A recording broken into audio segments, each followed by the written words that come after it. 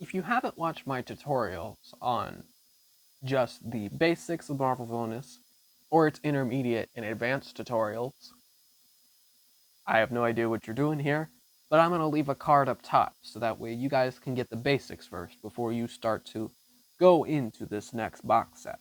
Hello everyone, Hobbyist here. We are back at it again with another board game tutorial.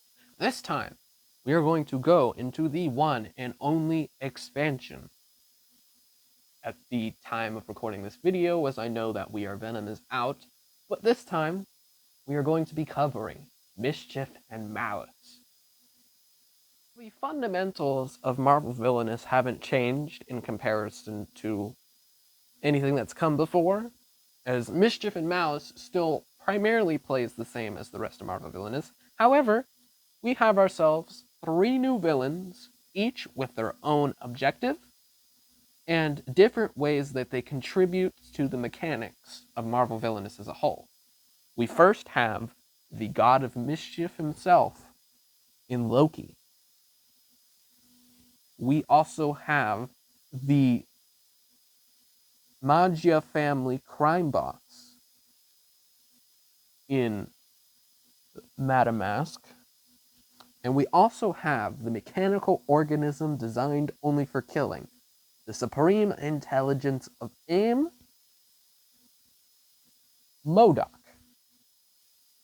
As I mentioned before, these characters have their own play style and incorporate different elements that add into Marvel Villainous.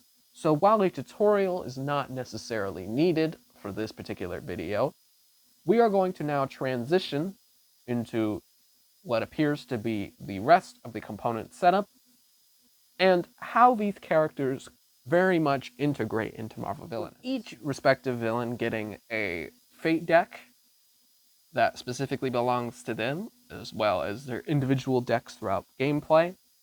On top of that, we also get a brand new common fate deck that is specific to Mischief and Malice, but can also, because of the fact that none of these cards are generically symboled with the base game, these cards can be integrated into not just Mischief and Malice, but they can also be integrated inside of the base game. In addition to those components, we also have a variety of a tracker that belongs to M.O.D.O.K, along with a M.O.D.O.K token. We also have a Madame Masque tile,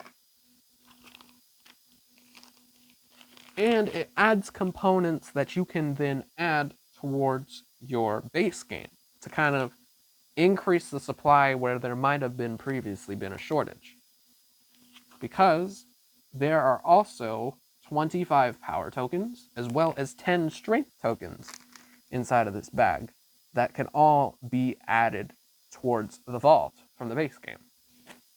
And while this game can be played as a standalone, come on, it's just a lot more fun to use the base game in conjunction with Mischief and Malice, because you give yourself a huge variety of different things that you are capable of doing. The other important thing that is inside of Mischief and Malice is that we also have Mischief tokens. Now, I'm going to explain those in greater detail once the setup for this has been complete, as these 3 villains offer a very different mechanic that oftentimes can change the way that the game operates because of their objectives.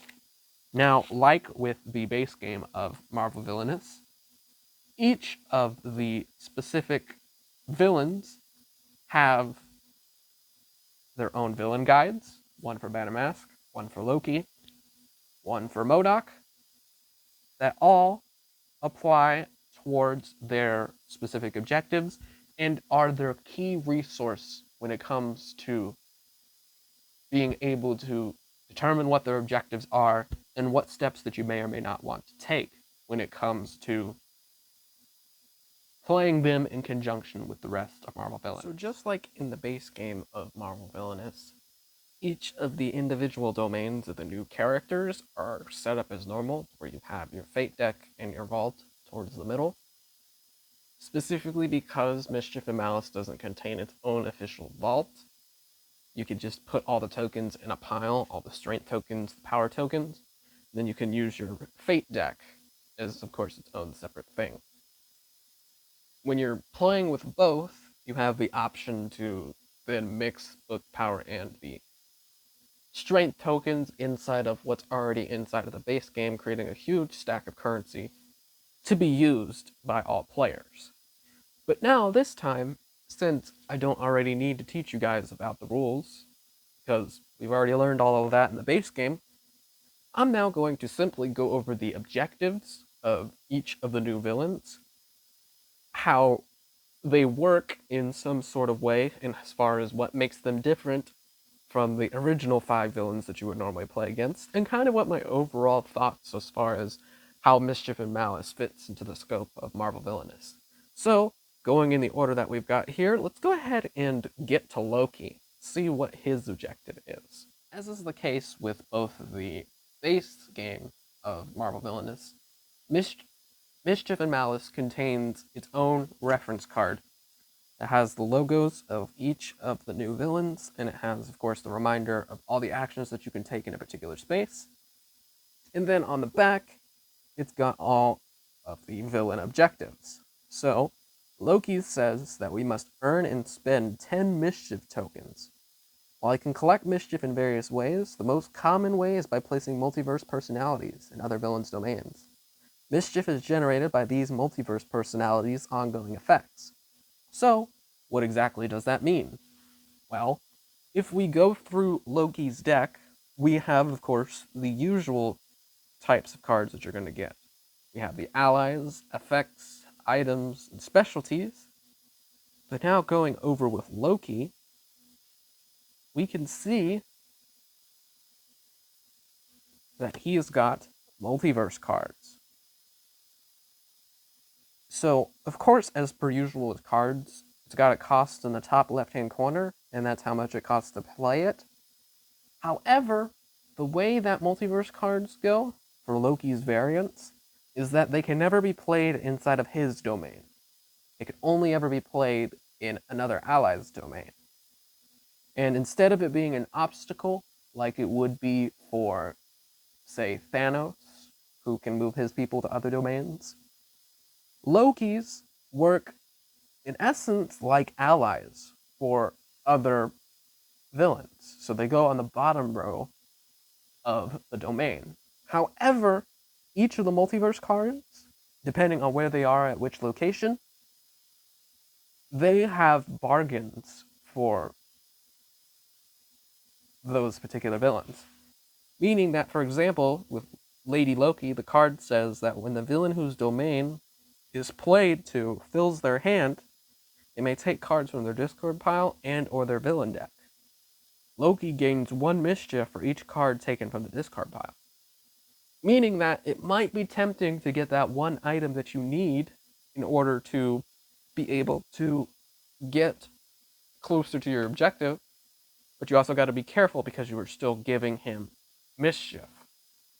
So, whenever you choose to play as Loki and you are sending out your multiverse personalities to other domains, it would be best to kind of bargain with that player on their turn and be like, look, my multiverse variant is here, but look at all the good things that it can do. I can provide you with more power. I could provide you with ability to get access to cards that you otherwise wouldn't have access to. I could do all these things for you at a very small price. So you're kind of being the mischievous negotiator inside of this game. And unlike before, I don't think we've ever had anything like that. So me personally, I love Loki because of that, because he is being mischievous, because he is negotiating with other players to use his multiverse variant's abilities in order to achieve Mischief tokens. To Loki's setup, he still gets his own pile of power based on if he's first, second, third, fourth player, so on and so forth. So let's just say that he's the one who starts with 2 power, which sits on his portrait, whenever he gains Mischief, it's always going to be in a separate stack that sits to the side of his domain. That's how his setup is entailed inside of his villain guide. So with him, whenever you're using those multiverse variants, or any other cards that can get you Mischief, the Mischief is treated as a second currency, so it can go right in the same location as the power. The lighting is too poor in this video to really give you the right idea of how it works, but whenever you spend Mischief tokens, it's initially going to be sitting face up dark green, but once it's spent, it's going to flip over to its black side, and it can sit right above your specialty area. So that is the indicator for other players of letting you know, hey, Loki might be getting away with Mischief. Look, there goes the second Mischief, and then a third Mischief. And then if he keeps going,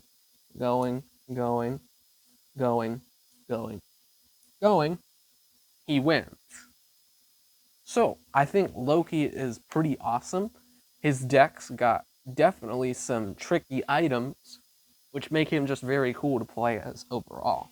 But now let's go ahead and transition away from Loki towards M.O.D.O.K. So at the same time that Loki is trying to send out his variants, collect Mischief, and spend it, M.O.D.O.K's got a very different objective. In fact, I want to say that his objective out of the three villains in Mischief and Malice is going to take the longest in comparison. Because, unlike before, his objective is going to be to activate the Cosmic Cube, which is very simple on the surface level, but it's got a process. Because in order for M.O.D.O.K to be able to do so, a couple of things have to happen. As we can see, in this top track here, you'll have this, of course, above M.O.D.O.K's picture. He's got a loyalty meter. Because he works for AIM, there's going to be times, depending on if allies are sacrificed, or certain benefits, that loyalty is going to either go up, or it might get knocked down. Loyalty is the most important step in order to create the Cosmic Cube. Without it, M.O.D.O.K cannot complete his objective. However, there are still other card influences that need to be taken into account if you are trying to complete M.O.D.O.K's objective. First thing that's gotta happen in order to successfully complete M.O.D.O.K's objective is that he needs to have the creating the Cosmic Cube specialty in play. It's pretty expensive as it costs 5 power in order to do so. Once he has it in play, it has an activate symbol to where you can pay 3 power to gain loyalty. Which again, you need to get 5 loyalty in order to be able to use the Cosmic Cube.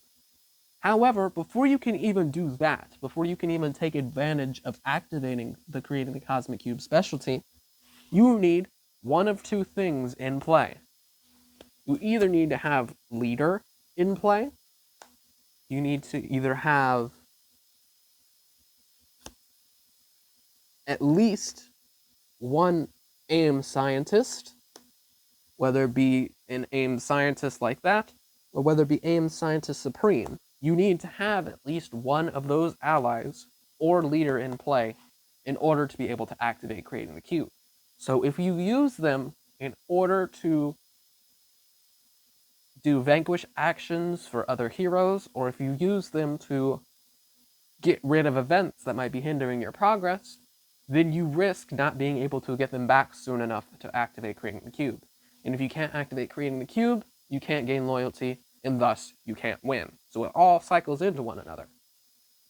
But let's say that you manage to have leader in play, and you have a scientist in play. I mean, you could have either one, as it's an either or option in order to effectively activate creating the cube. Once you have leader or AIM scientists in play, and you have been creating the Cosmic Cube, you will then keep bumping up your loyalty meter until you reach 5. And then, at the cost of 6 power, the most expensive card that you have inside of M.O.D.O.K's deck is the Cosmic Cube itself. whenever it is played, you can gain a loyalty. This could help you a lot if you are, let's say, at a loyalty of 4 by the time you finish creating the Cosmic Cube. And then you have to attach this, because this is an item, to an ally. And then the last thing that you gotta do in order to successfully complete M.O.D.O.K's objective is, once you have your loyalty at 5, you have either leader or an AIM scientist in play, and creating the Cosmic Cube in play. You then have to perform an activation action in order to activate the Cosmic Cube, and then M.O.D.O.K wins the game. It's definitely a lot more in comparison to what Loki has to do. Loki can accumulate mischief by sending out his multiverse variants, whereas M.O.D.O.K's definitely got a lot more steps in comparison to everybody else. But I think his deck is most interesting because you have to be careful of where you send your allies and who's going to be helping you to build loyalty and who's going to be helping you to maybe take rid of pesky heroes or to clear out events and gain the benefits that you would otherwise miss out on. Now, for the final character inside of Marvel Villainous' Mischief and Malice, we have Madame Masque. Madame Masque has a simple objective of vanquishing 8 heroes to settle her vendetta. When it comes to her setup, she has this Vendetta tile that will come with this clip here, and you will set it up as such, to where you'll have the tile, and then you'll set it starting at 0. As we can see here, if we come up to Madame Masque's domain, is that she has no gain of power actions anywhere to be found inside of her domain. Honestly, at first glance, that sounds like this sucks. But here's why it doesn't. Because Madame Masque, when she starts the game, instead of following the power rules of everybody else, she starts with 6 power right out the gate. On top of that, she always goes first if she's in play. I mean, honestly, you couldn't have asked for anything better. You start with the most power inside of this game period, and you get to go first. Honestly, you couldn't have asked for any better of an advantage when it comes to your starting amount with Madame Masque. But now the question becomes, if you're trying to play your cards, if you're trying to do everything you can to vanquish 8 heroes in order to settle your vendetta, how are you going to keep up your power supply? It has 2 ways that you are able to accomplish accumulating power. The first is a lot easier than the second, which is, on her vendetta tile itself, she has an activate symbol on there, meaning that whenever you activate the vendetta tracker, it details how much power that you were able to potentially get. If you are at 0 to 3, you gain 2 power from that. If it is at 4 to 7, you can gain 1 power and an extra villain card added to your hand. So that is one of the 2 ways in which Madame Masque is able to accumulate power over the course of a game. Inside of the rest of Madame Masque's kit and the way that her deck is built, the other way that she accumulates power is through contracts and through controlling spaces. So what do I mean by this? Well, in order to effectively control a space, she has 3 cards that need to be in play. They all have to be Nefaria family members, whether they be the thugs, whether they be the soldiers, or whether they be the leaders. And the way that it works, in order to control a location, is that you must have a family in play, and no heroes need to be at the top of that location. So if Hell's Kitchen was the area that you chose to play your Nefaria family thugs, then as long as there are no heroes inside of that location, then you are able to gain power from that controlled area from those thugs. And as long as it's controlled, these abilities can stack, meaning that you could get the power from the thugs and the soldiers, And you could get it from the thugs, the soldiers, and the leaders if they're all here, because this area is controlled. But once the top half is blocked off by heroes, then that area is no longer controlled and you can't gain power from it. So whenever Madame Masque on her turn, let's say that we initially moved to Manhattan and we wanted to jump over to Hell's Kitchen, because it is currently controlled, the first thing we do is we gain power based on whatever the cards are. For Madame Masque, the thugs always give 1 power, the soldiers always give 2 power, and the leaders always give 3 power.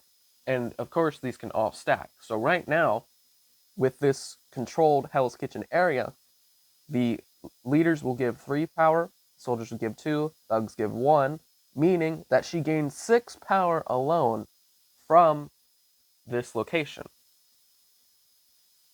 The card that can stack this control ability is the specialty card in Madame Masque's deck known as Call Me Big M, which says that whenever she's collecting power from a controlled location, she gains 2 additional power.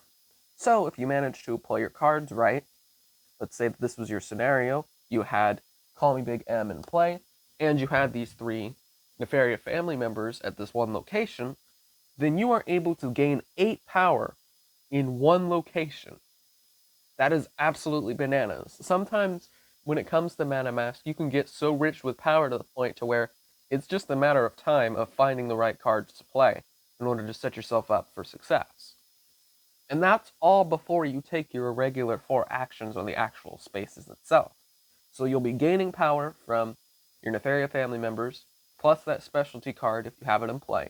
Then you'll take your 4 actions at your location in order to do whatever it is necessary, on top of being able to activate your Vendetta tracker to potentially get yourself power from there as well. With everybody else knowing that your objective is that you need heroes in your domain in order to vanquish them, a lot of times whenever they go to the Fate deck, they might not even play heroes to your location, thus making it a lot more difficult to be able to complete your objective.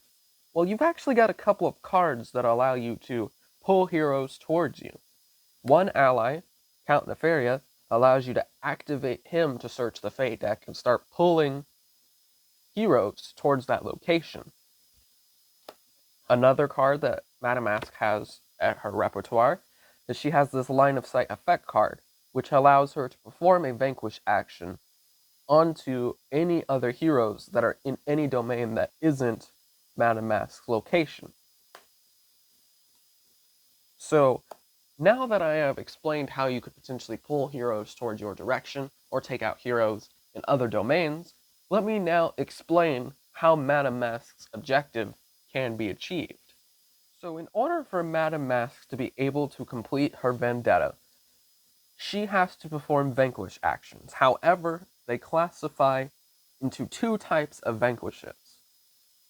Of course, after following the normal vanquish rules on an action to where your character's strengths exceed the hero in question, you have to then declare whether the vanquish type that you are committing is a contract vanquish, or if it is going to count towards your vendetta tracker, setting you closer and closer and closer towards meeting your objective of 8. If you don't manage to declare this before the vanquish actions has taken place, what type of vanquish action that you are committing, then it is automatically resorting to a contract vanquish. A contract vanquish simply entails that whatever the strength of the hero is at the time that you vanquished, you are able to then gain that amount of power from them. So the strategy would be, if you're trying to do a lot of contract vanquishes, is that the stronger the hero, the more power you are able to get out of them. Madame Masque's other specialty card, Payday, will allow you to get bonuses from contracts that you are able to then complete. So for example, Agent 13 up at the top here has a strength of 2. If we do a contract vanquish on her, and we have Payday specialty in play, we are able to get 3 power from her when we take her out, thus giving us more ability to use a variety of different cards. If we had, say, Thor or Hulk who have that 5 or 6 strength, then we might be able to get 5, 6, 7, or 8 power out of them through contract vanquishes. So that's just something to consider when it comes to that side of things. But the other type of vanquish, if you are declaring that the vanquish action that you are going to take, in order to get closer towards completing your objective, you have to declare a Vendetta vanquish that is going to count towards your Vendetta and not towards a contract. So whenever this occurs, and that card is then vanquished, you take your Vendetta tracker and you move it up 1 tick mark. And you keep going with your Vendetta until you eventually reach your 8th Vendetta vanquish action, and you will have then officially won the game as Madame Masque. So what are my thoughts on Mischief and Malice? Honestly, if I were to make such a claim, I think that Mischief and Malice characters are honestly better than the base game characters. Not just because it's Loki, because it's Madame Masque, because it's M.O.D.O.K, but because their particular decks, their playstyles, their objectives, I think are honestly better and cooler than the base game ones. So just to give a sort of comparison, like Thanos is going to take a while because you have to be able to pull your allies, send the stones to other locations, send your allies over, vanquish those enemies, get the stones and pull them back to Thanos' domain. Or with Killmongers, it's a 4-step program. With Hela's, it's all about souls and timing. With Taskmaster, it's managing your allies. These guys are a lot simpler. Loki, you just send out multiverse personalities, some of which can be used already, and you just bargain, and then you spend the points. Madame Masque is all about heroes, and then M.O.D.O.K may or may not take a little bit longer. But me personally, I think that the Mischief and Malice characters are the best inside of Marvel Villainous. Again, I'm not too entirely sure about We Are Venom. I may or may not get it, but it kind of seems expensive seeing as how we're only getting one character. But my only thought process behind that is that We Are Venom has to be like ridiculously complex in order for it to only be by itself. I could be wrong. For any of you who might have We Are Venom, please let me know down in the comments below. Is it something that's worth it to get? Or should I just skip out on it and just hold on to Mischief and Malice? But otherwise, thank you guys so much for watching, and I will see you guys in the next video.